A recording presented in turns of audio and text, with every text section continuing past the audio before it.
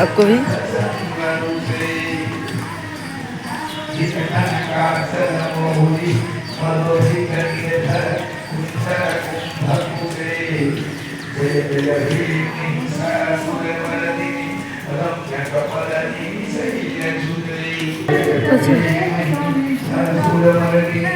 महाराष्ट्राचे कुलस्वामिनी आहे तुझ्या भावाने महाराष्ट्राचे आराध्य दैवत छत्रपती शिवराय छत्रपती संभाजी मासाहेब जिजाऊ यांना वंदन.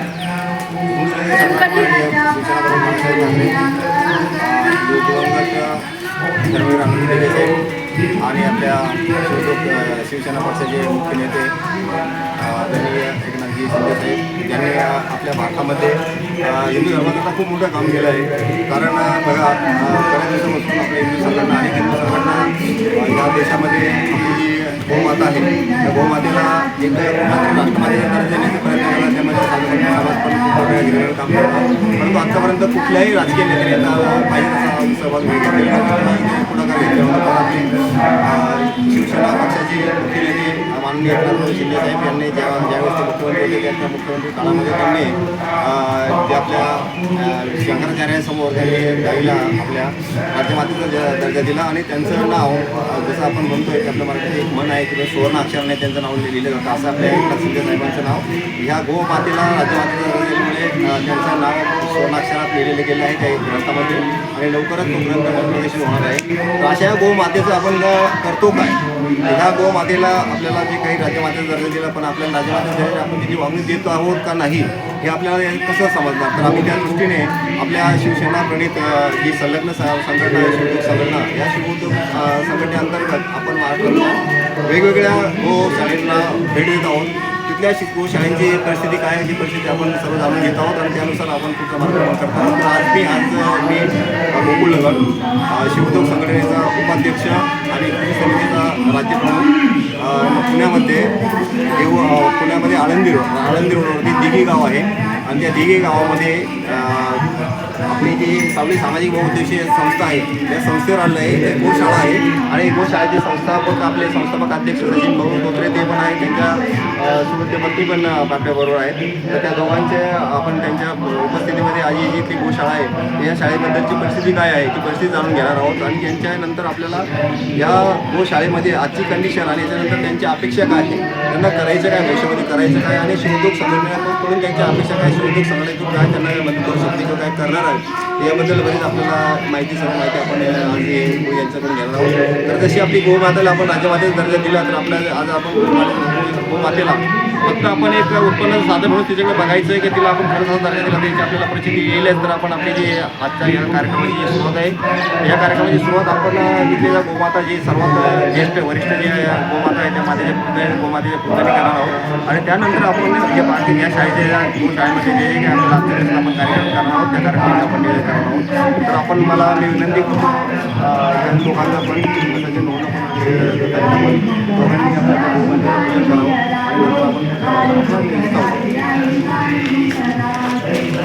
आपण हो सेठ जी, हो सेठ जी, एक क्या बोल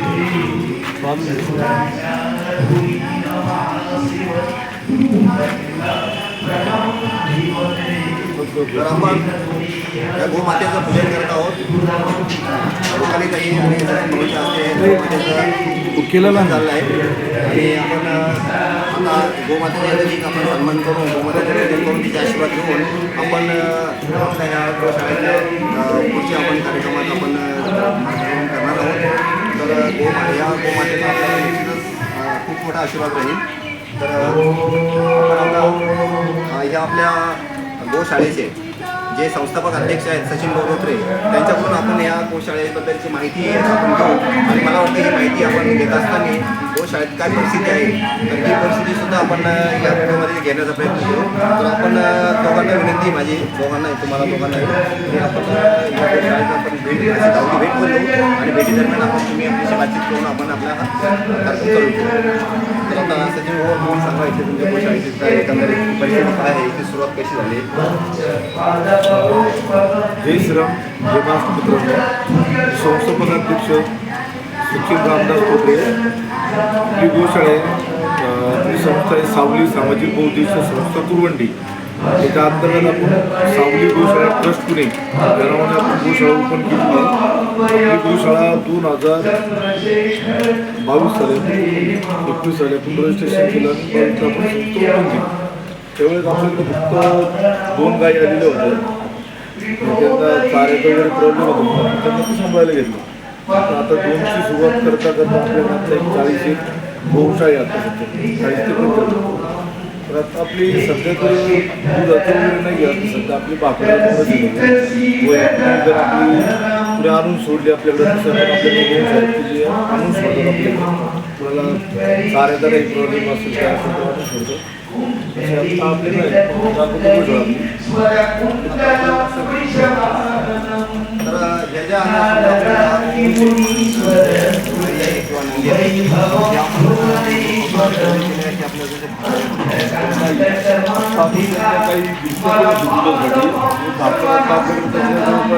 50% बघा की यांचा उद्देश आपल्याला स्वतःच्या फायद्याकरता तुम्ही एक समाजसेवा गोमातेची सेवा म्हणून तुम्ही एक काम करताय. तर आपल्या समाजाकरता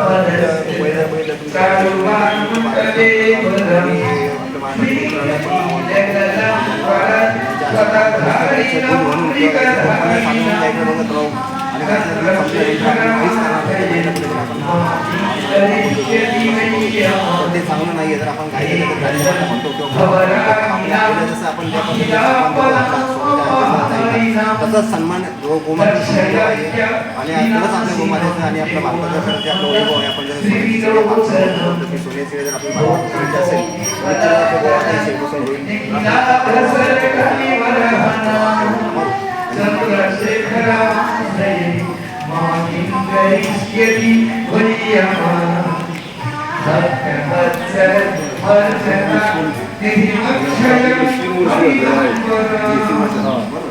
आपलं मुलाची प्रॉब्लेम इथे चारी बंद मुक्त आहे माझ्या मुक्त दूध येत नाही काय नाही फक्त आपण तिची सेवा करतो.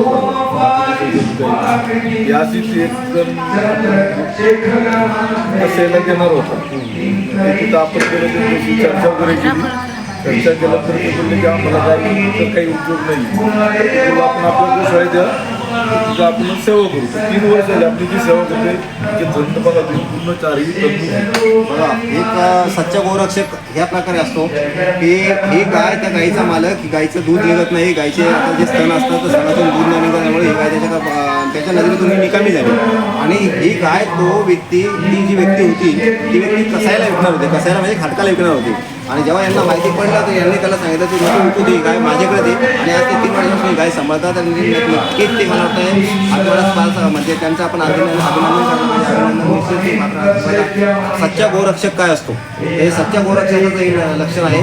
तर मंडळी बघा आपल्याला एक एक गोष्टी तुमच्या आयुष्यात काय काय गोष्टी करताय किंवा काय कुठल्या परिस्थितीत सगळ्या संगोपन करता एक एक आपल्याला एक एक पैलू त्यांचा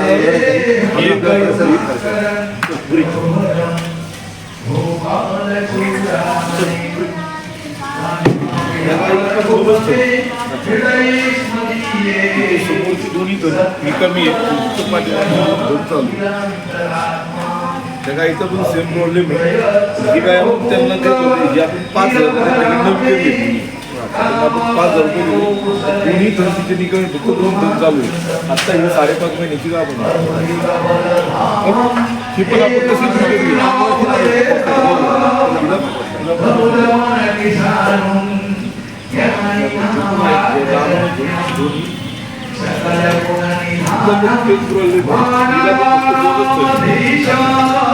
म्हणजे या गाई या सर्व मोठ्या खाण्याचे जवळजवळ पाहू शकता काय तिला आपल्याला ती सेवा म्हणून पण ही चांगली ही आपण दुधासाठी खरेदी केली.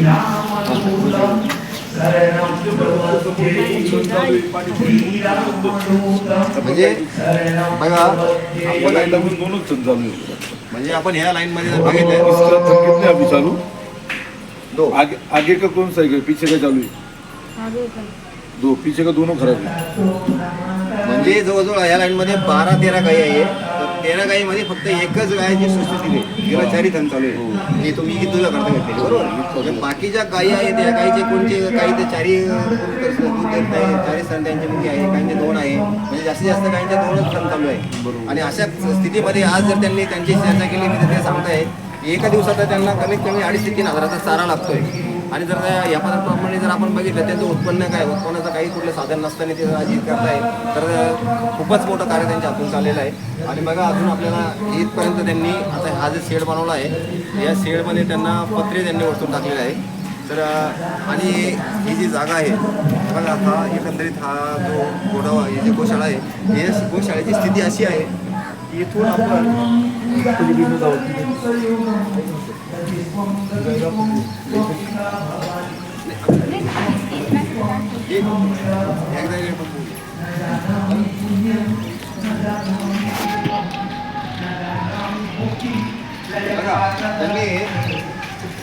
म्हणजे गोमातेच्या सेवेबरोबरच धर्माचंही त्यांना भान आहे. तर त्यांनी इथं मंदिर पण बांधलेलं आहे. मला वाटतं साईबाबाचं मंदिर आहे, साईबाबाचं मंदिर आहे. आणि लवकरच ते मंदिर पण आपल्याला दर्शनासाठी लोकांना उपलब्ध होईल बरोबर. आणि आता बघा इथून या मंदिराच्या मागे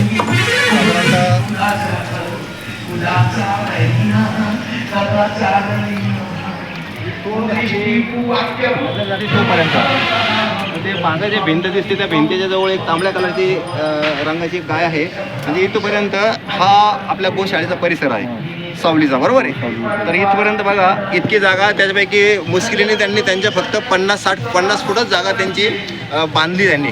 आणि आज ह्या स्थितीमध्ये त्यांची कंडिशन, ह्या कंडिशनमध्ये ते आता बघा ह्या जनावराला आत्ता पाऊस चालू आहे आणि पावसामध्ये अशा कंडिशनमध्ये हे जनावर किती जर बघितलं ते जनावर झट्टकट्ट जनावर आहे. पण ह्या कंडिशनमध्ये त्याला जर कधी ठेवलं तर ते मला नाही वाटत जास्त दिवस ते सर्वाईव्ह करेल किंवा जास्त जगू शकतं. आणि अशा कंडिशनमध्ये ते कारण का तर ती चूक त्यांची नाही आहे, चूक आपली पण आहे. आपण समाजाचा विचार केला तर समाजाच्या दृष्टीने आपण काय देत आहोत, आपण काही नाही, फक्त त्यांना जे आपण कोरडे फक्त आपण त्यांना शुभेच्छा देतो किंवा त्यांचं अभिनंदन करतो निघून जातो.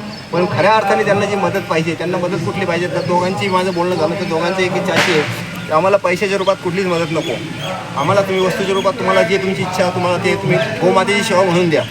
तर जे काही आपले समाज बांधव ज्यांना अशी काही इच्छा आहे की आम्हाला काहीतरी करायचं आहे किंवा समाजाकरता आमचं काहीतरी समाजात देणं लागतं आणि आम्ही समाजाकरता काहीतरी करायला पाहिजे तर यांनी पुढे यायला पाहिजे. आपण बघा बऱ्याच वेळेस काय होते की आपण म्हणजे धर्मकार्य करत असताना धर्मकार्याची आपल्याला जास्त आपण दान धर्म करतो, पण आपली ती एक भावना असते, धार्मिक भावनेतून आपण करतो, पण ते त्याचा खरंच सदुपयोग होतो का हे आपण बघत नाही.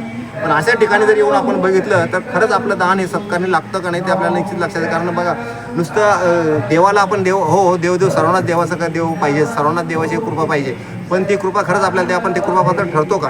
कोणीतरी कोणाच्या तरी आपण आहारी जाऊन किंवा उगाच भावनेच्या आहारी जाऊन आपण दान करतो, पण त्या दानाचं जर कधी अशा ठिकाणी जर सत्पात्री लागलं तर त्या दानाचा निश्चितच उपयोग होईल आणि आपल्याला आशीर्वाद पण मिळतील. आता बघा इथं आपण इथपर्यंत ही साधारणतः गोशाळेची जागा आहे आणि बाजूला त्यांनी इथं बाजूलाच जे गाईचं जे समजा गोमय जे म्हणतो आपण शेण, तर ह्या शेणाचा इथं साठा करतात ते, कारण ते आजच्या अशी कंडिशन आहे तर ह्या त्यांना साठवून करायला सुद्धा जागा नाही आहे आणि ह्या परिस्थितीमध्ये त्यांचं हे सर्व आपलं काम चाललेलं आहे.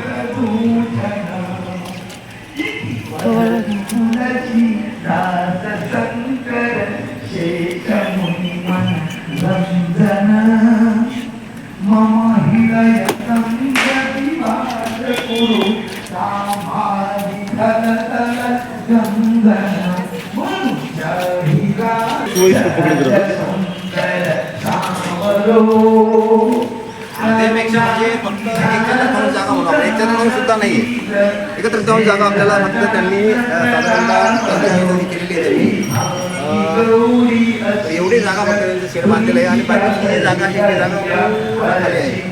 म्हणजे आज जर त्यांना या जागेचं जनावर आहे, कारण भविष्यात आता ज्या काही वेचण्यासारख्या ज्या गायींना समजा गाभण गाई याचे प्रमाण बरंचसं आहे तर त्या गायींचे सुद्धा उद्या बछडे काही पिल्ले होणार तर त्या पिल्लांची राहण्याची सोय काय होणार. आता आपला पावसाळा गेला, पावसाळ्यानंतर हिवाळा उन्हाळा, कारण आपला भारताचा ऋतुमान आहे तर त्यांना तिन्ही ऋतुमानामध्ये चांगल्या स्थितीत जर ते राहिले तर ते जनावर काहीतरी चांगल्या लायक होऊ शकतात. आणि अशा परिस्थितीत त्यांचं हे त्यांनी हे केलं तर आता तिकडं जे झालं तर त्या ज्या गायी होत्या त्या गायींच्या स्तनाचा प्रॉब्लेम होता. आता आपल्यासमोर एक गाय अशी आहे की त्या गायीला एकच सिंग आहे तर या शिंगाची जरा मला वाटतं ते सचिन भाऊनी सांगितलं काय कंडिशन या गायची कशामुळे झालं तर त्यांनी ते आपलं बरं राहील. त्यांनी स्वतः सचिन भाऊ त्याबद्दल सांगतील काय ते. आता ही गाई आपल्याला आता 1 महिना झालेली आहे आपल्याकडे आपण गोशाळेत सोडलेली आहे त्यांनी. तर त्यावेळेस त्यांचं काहीतरी गाईचं भांडण झालं म्हणून ते शिंग तुटलं. त्यावेळेस त्यांनी ती गाई अशी गोशाळेला सोडून द्यायचं म्हणून ती आपल्याकडं हे या कंडिशनला आणून सोडली त्यांनी. त्या गाईचं जे ऑपरेशन ज्या गाईचं पूर्ण डॉक्टरचा खर्च सर्व आपणच करतो गोशाळा. त्यांनी फक्त आपल्याला आणून सोडल्यानंतर त्यांनी तो मोबाईल नंबरही बंद केलेला आहे. त्या गाईचं आपल्याला आता तेव्हा नाही त्यांनी कधी आपल्याला डॉक्टरचे पैसे दिले नाही काही दिले. त्यांची जबाबदारी संपली. त्यांची जबाबदारी त्यांनी फक्त आणून सोडलं आणि जबाबदारी संपली. त्याची पण जबाबदारी आपण घेतो की आतापर्यंत ती काय दुसरीकडे असते तर ती 1 महिनापर्यंत नसेल. ट्रीटमेंट चालू आहे आपली. डॉक्टरने आतलं त्यातलं जे शिंग राहिलं होतं ते त्यातलं शिंग काढलं ते ऑपरेशन केलं आणि आपली ट्रीटमेंट चालू आहे. आता बघा हे गायीची ट्रीटमेंट चालू आहे आणि त्या गाईला अशा कंडिशनमध्ये कारण त्यांची चूक ही संस्था चालकाची नाही आहे. ज्या परिस्थितीमध्ये आज ते काम करत आहेत बघा खाली या साईडला त्यांनी पेवर ब्लॉक लावले कारण त्यांना त्यांची काय जसं जसं त्यांना त्यांच्याकडे जे भांडवल उपलब्ध होतं त्या भांडवलच्या जोर ते सर्व चाललं आहे. त्यांना कुठलीही प्रकारची कोणी मदत करत नाही आहे आणि ते आपल्याला जसं जसं त्यांचं हे त्या पद्धतीने करतायत. आता या साईडला त्यांनी कच्चा माल टाकून ठेवला आहे. भविष्यात त्यांना चालू करायचं आहे पण आता आजची कंडिशन अशी पावसामुळे ते काही करू शकत नाही आणि दुसरे पण बरेचसे अडचणी आहेत. त्या अडचणीवर त्या अडचणीमुळे त्यांनी आज असं कंडिशन ठेवलं आहे. तर ह्याच परिस्थितीतून आपल्याला काहीतरी त्यांना बाहेर काढायचं आहे आणि हे कुठे एखाद्या एकट्या संस्थेचं किंवा एकट्या माणसाचं काम नाही आहे. ज्यावेळेस समाज काहीतरी विचार करल आणि अशा चांगल्या होतकरू लोकांकरता आज जर त्यांचं वय बघितलं बघा 40 करून तर एवढ्या चांगल्या कार्य करतायत तर आपलं सुद्धा काहीतरी एक आपलं कर्तव्य आहे सर्व समाज बांधवांचं की यांना आपण स्वतः समोर पुढे येऊन काहीतरी हातभार लावला पाहिजे काहीतरी मदत केली पाहिजे जेणेकरून त्यांना हुरूप येईल आणि यांच्यासारखं अजून पण तरुण बघा सेवा करणं सोपं नाही आहे. सर्वांना वाटतं का मी सेवा व्हावं किंवा काय करावं पण जेव्हा पदरमोड करावं लागतो ना आज जर त्यांचं जर काही समजा इन्कम जर काही त्यांना 50 पैसे असेल जर 2 रुपये खर्च असेल तर त्यांनी कुठून करायचं हा सर्व आणि किती दिवस करायचं संसार बघून जर हे करायचं असतं तर याच्याकरता आपल्याला पण काही सामाजिक बांधिलकी असतील तर त्या बांधिलकीचा पण आपण सर्व विचार करायला पाहिजे. आता बघा त्यांनी इथं बनवलं त्यांना जसं जसं हे होतं त्या पद्धतीने बनवलं त्यांनी. आता इथं गाई ज्या आहे आजच्या कंडिशनमध्ये ह्या गाई राहतात आणि विशेष बाब त्यांनी नुसतं काहीच नाही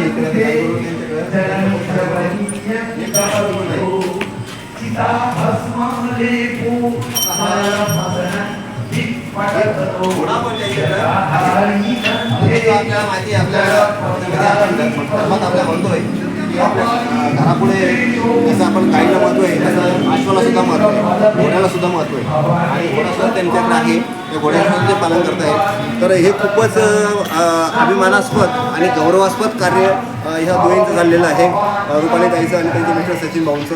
आणि आपण सुद्धा परत एकदा मी आपल्या सर्वांना एक आवाहन करतो विनंती करतो की त्यांच्या आणि बघा अशा याच्यात करता येते की आजूबाजूचा परिसर जो आहे हा सर्व परिसर मंदिरांचा परिसर आहे आणि त्या मंदिराच्या परिसरात सर्व मंदिर आहे आणि त्या मंदिरात त्यांना जी जागा मिळेल त्या जागेचा सदुपयोग करून ते हे कार्य करत आहेत. तर आपलं सुद्धा एक समाजाचं कुठेतरी आपण बांधिलकी समजून किंवा समाजकार्य समजून जे काही दानशूर व्यक्ती आहेत त्यांनी पुढे येऊन त्यांना त्यांच्या मोठ्या अपेक्षा नाही आहे त्यांना काही त्यांच्या स्वतःच्या करता याच्यात काही फायदा करून घ्यायचा नाही किंवा ते त्यांच्याकडून असं पण करत नाही की आम्हाला रोकड रक्कम द्या मग आम्ही करू असं पण बोलत नाही ते कारण रोकड रक्कममध्ये काही पण होऊ शकतं ते पैसे स्वतःकरता वापरू शकतात पण त्यांचं म्हणणं असं की आम्हाला ते आमच्याकरता नका करू पण तुम्ही कमीत कमी जे काही आहे तर आमच्या ही ज्या इथली कंडिशन आहे कंडिशनमधून बाहेर निघण्याकरता आम्हाला काहीतरी मदत करा. आपण सचिन भाऊ आता मला एक सांगा तुम्ही हे काय या कंडिशनमध्ये तुम्ही जे केलं आता हे तुम्ही 2021ला रजिस्ट्रेशन केलं 2020 तुम्ही कार्य झाली म्हणजे गेले 3 वर्ष तुम्ही हे कार्य करत आहे. याच्यामध्ये तुम्हाला अजून असं कोणी म्हणजे आता तुम्ही ह्या अडचणी गेल्या अनंत अडचणी तुम्ही इथं सांगितलं बरोबर आहे तर तुम्हाला याच्यामध्ये असं कोणी संस्था किंवा कोणी असं एखादी व्यक्ती समोर आहे का त्यांनी काही मदत करत सध्या तर आपल्याला कोणी सांगा म्हणजे हे जे चाललंय हे तुमच्या स्वतःच्या पैसे बरोबर ना म्हणजे आता आपण ब्लॉकचं काम केलं हे जे काम केले तेव्हा सुद्धा आपण महिलांच्या बचत गटाची नोंद करून आपण ते आता काम करतो बरोबर म्हणजे आता आपल्याला थोडक्यात आपण काय आहे आमदानी या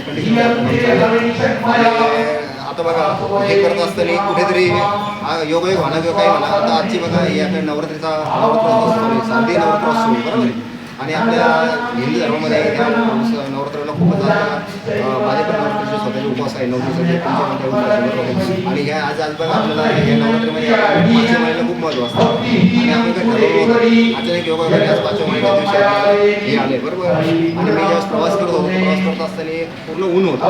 म्हणजे निसर्गाचे चमत्कार बघा, देवाला जे काही आपण म्हणतो ना करायचे असतात ते शिव शकून कसे असतात. तर मी रिक्षातून उतरलो तोपर्यंत काहीच नव्हतं, रिक्षातून उतरलो मी एकदम पाणी चालू झालं. म्हणजे कुठेतरी देवाने आपल्याला आशीर्वाद दिली का तुमचं शुभ कार्य तुमचं काहीतरी मार्गी लागेल. आणि आपण बघा पाऊस आतापर्यंत पाऊस होता, आपण हे चालू केलं, बरोबर आहे. आणि पाऊस म्हणजे हा शुभ संकेत आहे, कुठेतरी आपल्या कामाला काम चांगल्या मार्गी लागणार आहे, बरोबर आहे. तर आता आपली भेट झाली. तर आता मी शिवोद्योग संघटनेचा आपल्या यावेळी आपण पहिल्यांदा एकमेकाला भेटतो, म्हणजे आपल्या फोनवरती तुमचं माझं बोलणं पण झालं, बरोबर. जेवण आपलं कामापुरतं जेवण आहे तेवढं बोलणं, याच्यानंतर आपण पहिल्यांदा भेटलो. मी पण काही वेळ गेलं असताना नाशिकवरून मी इथे आलो, बरोबर. तर हे तुम्हाला आता हे समजा शिवोद्योग संघटना आहे, ते शिवोद्योग संघटनेवर तुम्ही कशी पोहोचले? आमच्या विशेष याच्यामध्ये शिवोद्योग संघटनेचे तुम्ही पदाधिकारी आहेत, बरोबर. तरबेटांची ओळख आली शिवोद्योग करून झाली. इतर पदाधिकारी तुमच्या सहकार्यांनी आता जे चाललंय आपलं सहकार्यांनी चालू आहे. पण आपण आता शून्यातून सुरुवात करतो, बरोबर. काहीतरी आपल्याला कुणाची तरी साथ लागते. जशी आता देवाच्या कृपेने आपण बोलतो देवाची तुमची ओळख झाली. तुम्ही आपल्याला ज्या एक 5-6 दिवस झाले 8 दिवस झाले जे आपलं कॉन्टॅक्ट चालू आहे, जे तुम्ही आता आम्हाला म्हणजे पॉझिटिव्ह जे दाखवत आहे किंवा चला आपण काहीतरी करू. आपण आत्तापर्यंत तर आपल्याला कोणी मदत केलेली नाही आहे, पण भविष्यात आपल्याला शिवोद्योग संघटनेचा फायदा होईल. काहीतरी वेगळ्या पॉझिटिव्ह आपण नाही की चला आता तुम्ही सपोर्ट जसं केलं आहे चांगलं होईल त्यानुसार आम्ही चालू आपल्याला. आता बघा तुम्ही जसं बोलताय किंवा शिवोद्योग संघटना किंवा मी वैयक्तिक लेवलवर कोणी काही करू शकत नाही. मी सुद्धा एक माझ्याकडे शिवोद्योग संघटनेची एक सेवा आलेली आहे. आता मला तुम्हाला शिवोद्योग संघटनेबद्दल मी थोडी माहिती देतो. माहिती नसेल काय माहिती बरोबर. शिवोद्योग संघटना ही एका म्हणजे जे आता जे आपण आपल्या जो गोशाळेच्या संदर्भातच जर बघितलं आपण ज्या गोमातेला राज्यमातेचं जे प्रणिती आहे त्याची प्रणिती त्यांची जी शिवसेना आहे ते शिवसेनेची जी एक शाखा आहे, प्रणित शाखा आहे, बरोबर. संलग्न शाखा आहे शिवोद्योग संघटना. आपण शिवोद्योग संघटनेमध्ये आपण जे काम करतो सामाजिक काम करतो. आपल्याला फक्त सामाजिक काम आणले मी तुम्हाला हे सांगतोय की हा मी मदत म्हणजे तुम्हाला मी सांगत नाही गेलं की तुमच्या आज मी आलो उद्या हे होणार नाही.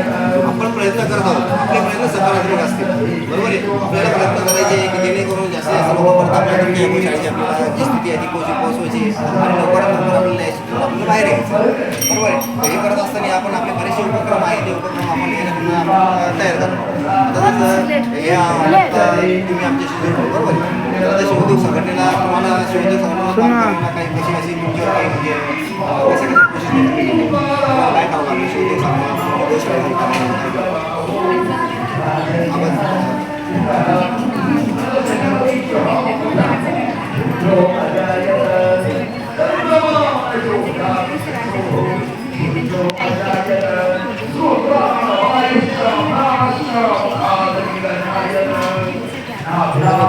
त्यांनी जे सांगितलं की आपल्याला ज्यावेळेस त्यांनी ठरवलं. आता बघा आमचा एक कन्सेप्ट काय आहे, शिवोद्योग संघटनेचा कन्सेप्ट असा आहे की आपल्याला महाराष्ट्रातले जास्तीत जास्त गोशाळेशी आपल्याला शिवोद्योग संघटना जोडायची. तर त्याची हे शुभारंभ आज आपल्याला इथून होत आहेत आपल्या सावलीमधून. आता सावली म्हणजे आपल्याला सर्वांना सावलीतच राहायचं, उन्हात आता तुम्हाला कोणालाच राहायचं नाही, बरोबर आहे.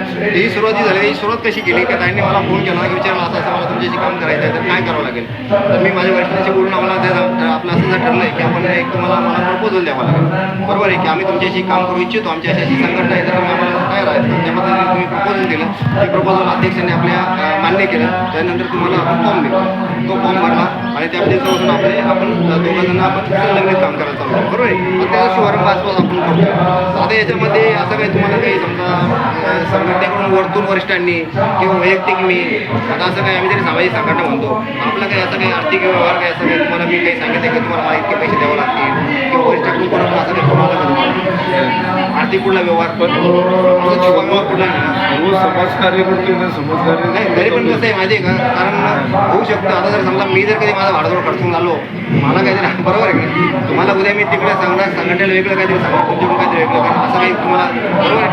म्हणजे आता शिवोद्योग संघटना कुठल्याही प्रकारे आर्थिक कुठलाही व्यवहार नसतो, आर्थिक व्यवहारच नसतो बरोबर आहे. आमचं म्हणणं काय आहे की तुम्ही मार्गाला लागा, तुम्ही ज्या मार्गाने जाल तर तुम्हाला उद्या इच्छा झाली तर आम्हाला तुमच्या आर्थिक येऊ दे. जर काही तुमची जर समजा उद्या बुद्धी बदलली, तुम्ही चांगल्या मार्गाने तुम्ही एक्स्ट्रा वेगळा चालायला लागलाय, तुम्ही आम्हाला मागं सोडलं तरी ते होणार आम्हाला बरोबर आहे. आमचा उद्देश असा आहे की तुम्हाला आम्हाला चांगल्या मार्गाला लावायचं आणि त्याच्यावर तुमचं बोलून आम्हाला चालायचं बरोबर आहे. या मार्गाने आम्ही काम करतो. तर आपल्याला आपण जे हे करणार आहोत ते शिवोद्योग संघटनेला आपल्याला जे काम करायचं आहे, आता बघा यांनी यांच्या शाळेचे सर्व काम सांगितलं काय करायचं. तर आता याच्यानंतर शिवोद्योग संघटना आहे, तर शिवोद्योग संघटनेची जबाबदारी अशी आहे की आम्हाला आपल्याला सुरुवात काय करायची आहे. तर जसं आता तुम्ही सांगितलं की गोशाळेवाल्यांचा सुद्धा एक उद्देश असतो, कुणीही समाजकार्य जरी करतं काहीतरी आपलं थोडं आर्थिक राजकारण आपल्या आर्थिककरण जोडावं बरोबर आहे. अर्थकारण सुद्धा जोडायला पाहिजे आणि जोडावंच लागतो कारण आपण संसार पूर्ण करत असतो. आणि त्यानंतर तुम्ही जर बघितलं तुमच्या दोघांचं कौतुक यासाठी करायचं की अर्ध्यापेक्षा जास्त गाई आहे तुमच्या आणि कमी आहे आकड जनावर आहे बरोबर आहे. तरी सुद्धा तुम्ही आज मोठा म्हणजे आपण एक दगड तुम्ही काम करतात. आज जर तुम्ही विचार केला तर तुमच्या 2,500 मध्ये तर 75,000 महिन्याचा खर्च आहे नुसता चाऱ्याचा. इतर खर्च सोडून द्या म्हणजे 1,00,000-1.25 लाखाचं तुम्हाला प्रत्येक महिन्यात ते नियोजन करायचं आहे. ते कसं करायला देणार तुम्ही तुम्हाला जो उत्पन्न झालं पाहिजे काहीच नाही आहे. बरेचसे लोक असं होतं की फक्त दुधाकरता काहीचा उपयोग करता नंतर काही लक्ष नसतं. तर आपण काय करत आहोत की आपण तुम्हाला सांगतोय की तुम्ही दुधाचं ठीक आहे चांगली गोष्ट आहे, दूध जे मिळेल ते मिळेल पण याच्या व्यतिरिक्त तुम्ही काय करू शकता. तर आपण जे कधी आपल्याला सगळ्यांनी जो प्रकल्प चालू केला आहे असा प्रकल्प चालू केला आहे की ज्या काही गोशाळा आहेत तर त्या गोशाळेमध्ये जे काही बघा काय फक्त दूध येत नाही, काही जे पंचगव्य आपल्याला हे बरोबर आहे त्याच्यामध्ये जे आपल्याला प्रत्यक्षात दिसणारे जे आहेत त्याच्यामध्ये गोमूत्र येतात, शेण येतात, दूध येतं आणि आपण त्या दुधापासून नंतर मग तूप बनवतो काही बनवतो ते पंचगव्य बरोबर आहे. तर हे 3 ज्या वस्तू आहे ह्या वस्तू आपल्या समोर दिसतात त्याच्यामध्ये आपण फक्त एकच वस्तू दूधच वापरतो आणि जे गोमूत्र आहे आणि शेण आहे असंच व्हायला जातं बरोबर आहे. तर आपण ह्या ज्या वाया जाणाऱ्या ज्या वस्तू आहेत ह्या वस्तू आपण आपल्या कामाच्या वस्तू असतात. तर आपण गोमूत्रावर प्रक्रिया करणार आहोत आणि गोमूत्राला आपल्या धार्मिक आपल्या हिंदू धर्मामध्ये खूप महत्त्व आहे धार्मिक रीतीने बरोबर आहे. गाईच्या आपल्या अंतर्गत आपले हे जे आपलं जे काम चाललं आहे तुम्हाला परत सांगतो फक्त देशी गोवंश याच्यामध्ये आपल्याला HF चालत नाही. आपण संकरित गाई जे म्हणतो तर संकरित गाईचं आपण काम करत नाही की आपल्याला देशी गोवंशमध्ये कुठले असू द्या गीर असू द्या आपली डांगी असू द्या कुठली देशी गाय असू द्या त्याच्यावर आपण फक्त काम करतो आणि आपले जे प्रोजेक्ट जे करतोय आपण ते पण आपल्याला त्याच्याच अनुषंगाने करायचं. तर आता हे जे आपण करतोय शेण तर शेणाचा उपयोग आपण काय करणार आहोत तर या शेणावर आपल्याला प्रक्रिया करायची आणि या शेणाचं आपण शेणखत बनवणार आहोत. जे शेणखत आपल्याला एक प्रकारचं अमृत असेल बरोबर आहे का. आणि जे जनरली होतं काय की शेणखत म्हणल्यानंतर आपण असंच विचार करतो की गोशाळेवाल्याने काय केलं जसं आपलं तिथं शेण जमा झालं ते शेण आपण फेकलं बरोबर आहे. आता उद्या काय होणार तुम्हाला का त्याला काय करायचं तुम्हाला माहिती नाही कारण आज तुम्ही मी म्हणत नाही का तुम्ही एकदम अडाणी पण तुम्हाला त्याचं माहिती नाही प्रोसेस. तुम्ही दोघं सुशिक्षित बरोबर आहे पण त्याचा उपयोग काय करायचं ते माहिती नाही. तर उद्या काय होणार का तुम्हाला कोणतरी विचारायला तुमच्याकडे शेण आहे का तुम्ही म्हणा हा घेऊन जा बरोबर आहे मग बरोबर. आणि ते पण काय करणार लोकांना तसंच घेऊन आणि जनरली शेण आपण असंच खत म्हणून विकतो पण त्याचा काही उपयोग होत नाही जमिनीकरता. तर आपण काय करतो याच्यात प्रोसेस करतोय आणि आपण अशी प्रोसेस करून असं करतो याच्यामध्ये काही तुम्हाला कुठल्याही प्रकारचे म्हणजे एक्स्ट्रा एफर्ट जे म्हणतो आपण ते काही करायचे जास्त शारीरिक श्रम करायचे नाही आहे. तुमचं जे रुटीन काम चालतं त्या कामाबरोबर हे चालणार आहे. फक्त आपल्याला काय करायचं आहे ते शेण उचलून एका ठिकाणी असं ठिकाणी ठेवायचं की जिथं सावली असेल तिथं आपल्याला काय करायचं फक्त एक 2 बाय 2.5चा म्हणजे 2.5 फूट रुंद असेल 2 फूट उंच असेल असं आपण त्याला बेड म्हणतो बेड बनवायचं आहे. आणि त्या बेडला आपल्याला असे जागेवरती एक 2-2 फुटावरती खड्डे बनवून ठेवायचे छोटे खड्डे घालायचे. त्याचं काय करायचं आहे आपल्याला आपलं जे मुख्य जे द्रावण आहे त्याच्यामध्ये एक अमृत पदार्थ आपला असा आहे की ज्याला गोकृपा अमृतम म्हणतो आपण. आपण जे सोल्युशन आणलं आहे जे द्रावण मी आणले तुम्हाला ते द्रावण तुम्हाला दाखवतो वाटल्यास मी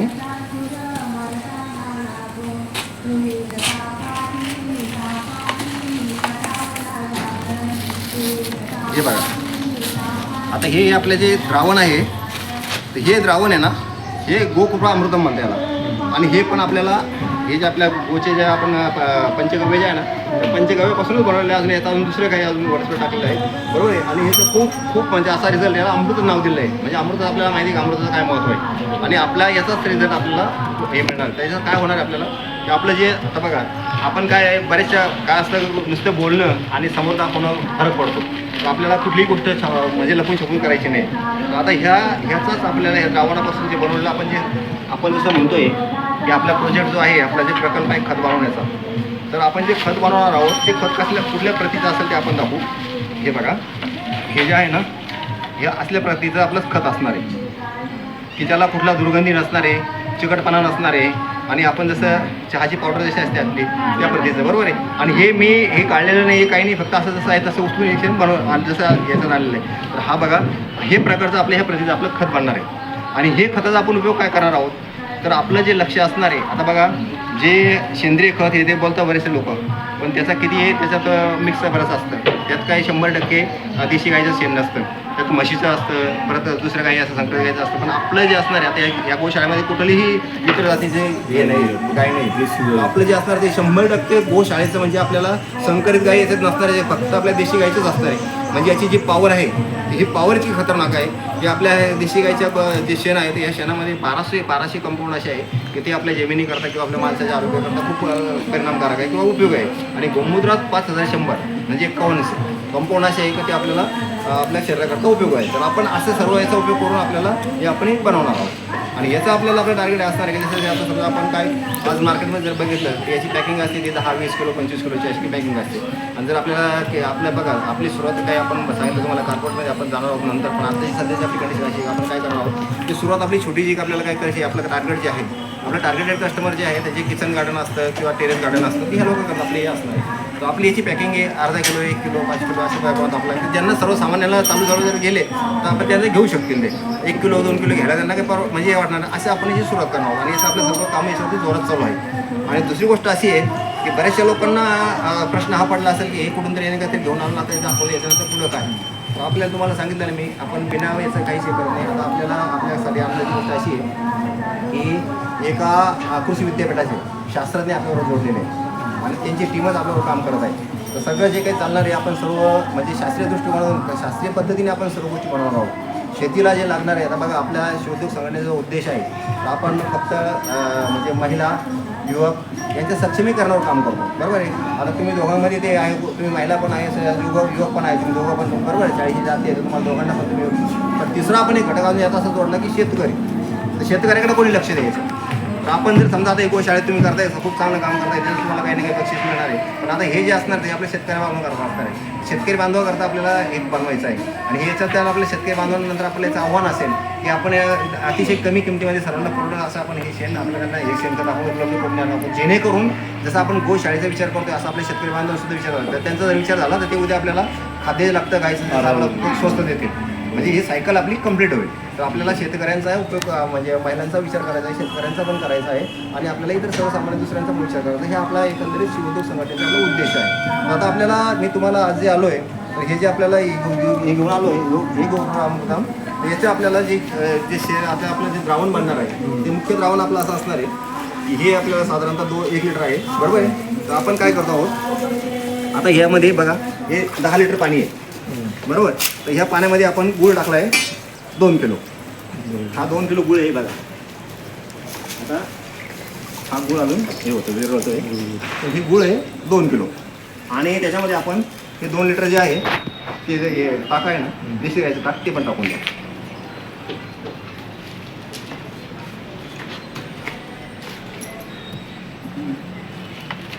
टाकून द्या.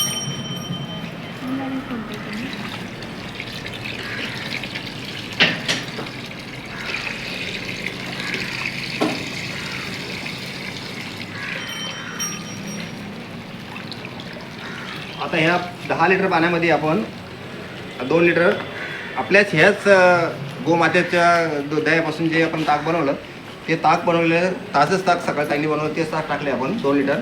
म्हणजे आतापर्यंत आपण 2 किलो गूळ 2 लिटर ताक आणि आता हे जे आपलं गोकुळामृतम जे आहे हे 1 लिटर आहे. हे जे आपलं मुख्य द्रावण आहे, बरोबर आहे, हे आपण 1 लिटर टाकणार आहोत.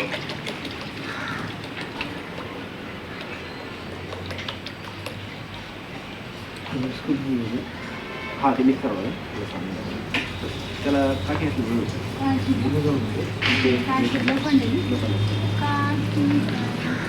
ठीक आहे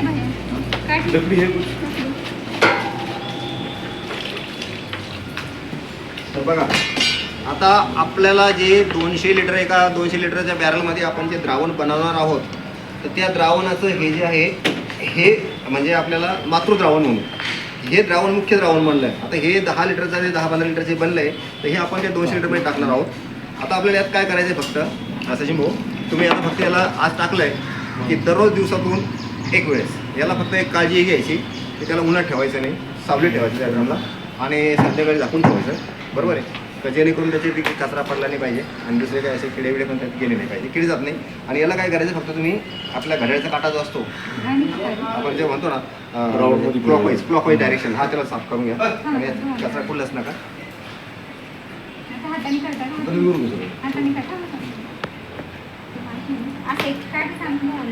काठी मोठी काठी लागेल त्याला तुम्ही बरोबर. आता बघा हे बघा तुम्ही वाज घेऊन बघायचं कुठल्याही प्रकारे याला काही दुर्गंधी नाही काही नाही आपल्याला आपण एकदम सुगंधित आहे एकदम वास आणि म्हणजे आणि याच्यात तुम्हाला मी सांगतो काहीच नाही 7 दिवस आपल्याला फक्त याला हे करायचं 7 दिवसानंतर हे द्रावण आपलं तयार होतं. हे द्रावण तुम्ही प्रयोग करायचं असेल ना तुमच्याकडे जर कोणी एखादं झाड असेल बरोबर आहे त्या झाडात फक्त काय करायचं याला थोडंसं पाणी टाकायचं याच्यामध्ये म्हणजे थोडं घ्या तुम्ही 1 लिटर त्यामध्ये पाणी टाका 2-5 लिटर आणि ते तुम्ही झाडाला टाका. हां बघा तुम्ही त्याचा परिणाम तुम्हाला दिसायला लागेल की झाडात काय परिणाम होतो किंवा त्याची वाढ कशी होते त्या बाकीच्या गोष्टी.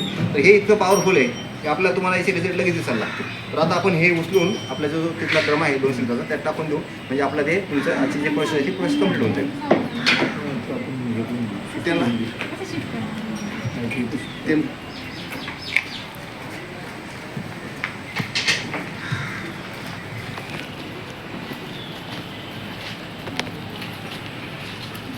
पाणी खाली घेऊन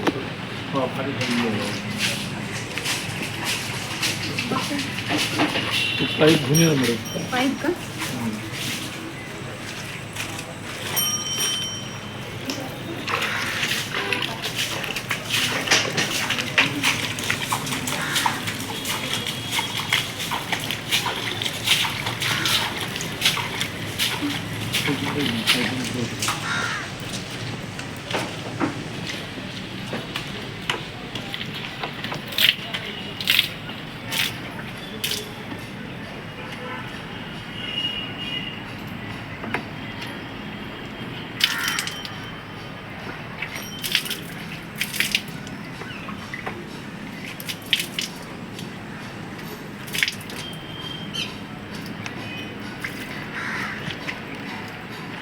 पाईप आहे का तुमचं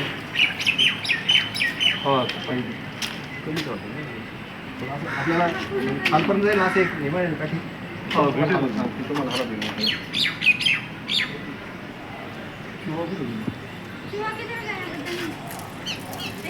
फक्त तुम्हाला याला आपण इतकं निवड घ्यायची हलवल्याने फक्त हे काढलेले पाहिजे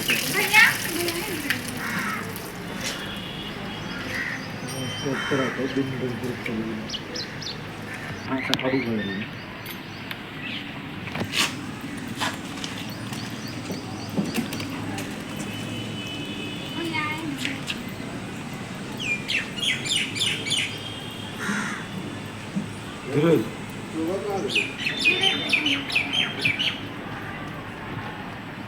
लकड़ी वगैरह कुछ है क्या मिक्स करने का था ये कितना ड्रम के साइज का हुआ ऐसा अपन गिरा सकेंगे ऐसे हाँ ऐसा वो सामने एक 3-4 फीट का लोहे का नहीं चाहिए लकड़ा चाहिए या पाइप भी चलेगा पाइप चलेगा वो तो लंबा नहीं है ना इसमें आएगा नहीं पाइप ये डूबा हुआ है वो डूबा नहीं हाँ लंबा रहेगा ना एक 5-7 फुट का रहेगा तो बस होगा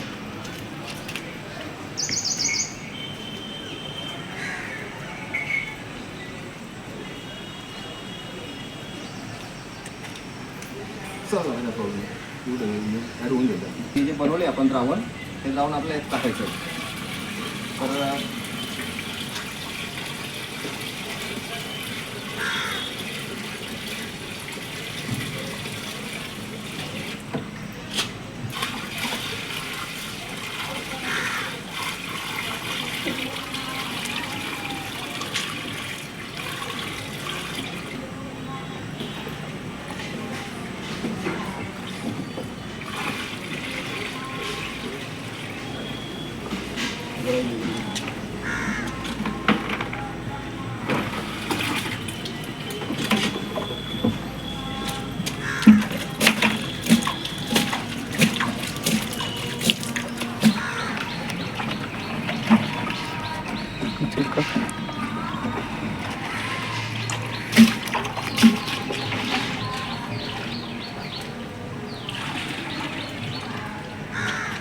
अशा प्रकारे आपलं आता हे मुख्य द्रावण 200 लिटरचं तयार झालं, बरोबर आहे.